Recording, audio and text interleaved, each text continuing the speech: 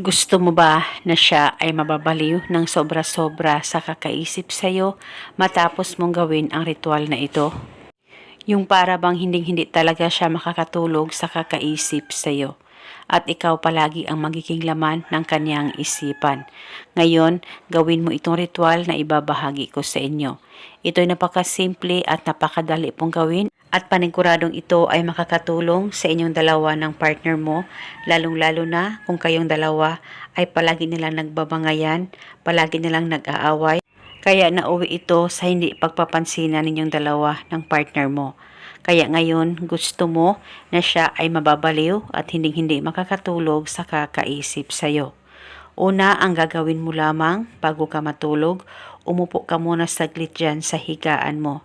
Ipikit ang mga mata mo, pakaisipin mo siya ng mabuti at tawagin mo lamang ang pangalan at apelyido niya ng 11 times. Wala na po kayong kailangan pang ibulong o banggitin na spell, basta tawagin mo lamang ang pangalan at apelyido niya ng 11 times. At panigurado ngayon mismo matatamaan siya nito. At sobrang mababaliw at hindi makakatulog sa kakaisip sa iyo ang mahal mo. At isa itong paraan para maging okay at maayos kayong dalawa at makapag-usap kayo sa isa't isa. At kinabukasan, pwede mong ulitin ang paggawa nitong ritual at kahit naging okay na kayo, ay pwede mo pa rin ipagpatuloy itong gawin, depende po sa inyo. Basta gawin mo ito bago ka matulog. At pwede ka rin gumawa pa ng iba't ibang ritual na binahagi ko. Kahit ilan pa ang ritual ang gusto mong gawin sa isang araw ay wala pong problema.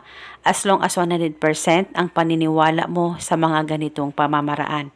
Isa itong gabay para makatulong sa inyong dalawa ng partner mo para patuloy ang pagmamahalan at magandang relasyon ninyong dalawa sa isa't isa. At eto muna sa ngayon, pagkatapos mong mapanood ang video, mag-comment ka lamang sa ibaba, I claim it. Maraming salamat po sa panonood. May God bless.